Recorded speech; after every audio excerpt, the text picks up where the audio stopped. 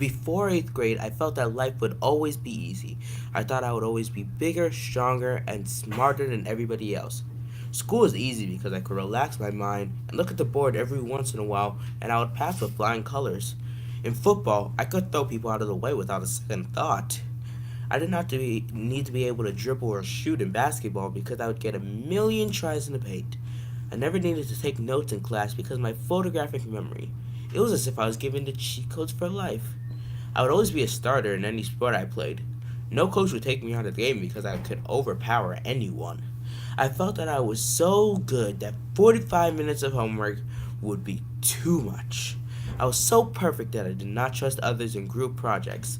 The worst grade I got was in what I now call fake geometry. Even that was just a B plus. My attitude just got worse as I got into every school I applied to in 5th grade. What I didn't know is that hurricane geometry was coming to wash all my greatness away. In 8th grade geometry, I was getting my first big grade in that class. I believed that I had all my quote unquote cheat codes in place. No, I did not actually cheat. I just called my extensive photographic memory a cheat code. When I got my grade back, it looked like a semicircle turned 90 degrees to the left. It took me a while to realize that this particular grade is called a C. I went into panic mode because I did not think that this was a possible grade for me to get. I realized that my cheat codes had failed. I looked through the test and indeed, everything pointed to me getting a C. I didn't understand that this could happen. I thought it was a fluke, but it kept on happening. I felt good after every test. I would tell my mom that I felt like I got an A plus every single time. She believed me, but I kept on getting C's. I was able to keep it going until my mom got an email with my grade from Mr. Newton. My mom found out about my not so good grades. She came on me like an eagle who had just found weak prey. She berated me about how I did not tell her that I wasn't doing well. I tried to calm her by telling her that I would do better. My mom did not listen to me. My mom said that I was irresponsible because I did not tell her how rotten my grades were getting. She said that she was going to get me a tutor for geometry and there was nothing I could do to stop her. My tutor ended up being a group called C2. My mom told me that I would be doing it every week. I was upset about this new development. When I first got there, I saw a poster showing C2 students that went to top quality schools. I looked for Stanford, my dream school, and I found a few names. On the other wall, they had their wall of achievement. I knew that at that moment I wanted to be on it. When I went inside, I saw multiple groups of students working.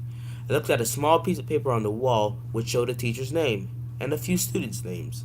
I found a teacher that had my name. I didn't know anybody's name, so I asked people who might know. I found my teacher and I ended up doing my homework, then working on other parts of the chapter. A way that I worked on other parts of the chapter was by memorizing every single postulate or theorem that we had.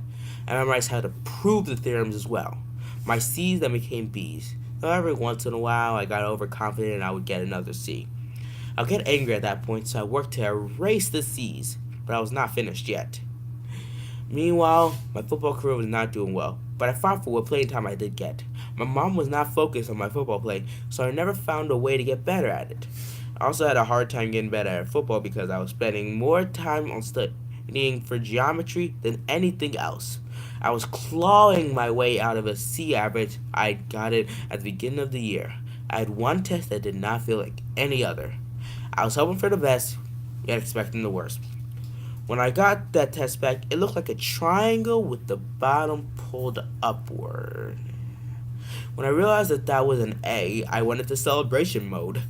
I barely had myself singing, "Celebration time, come on!" I could feel my tense shoulders start to relax. The calm that went through my body was visible. I knew that I could repeat that grade.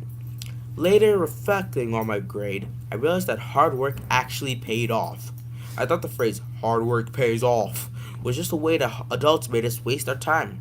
I realized that hard work could help me on the football field as well. I knew my new cheat codes. I knew that these new cheat codes would never fail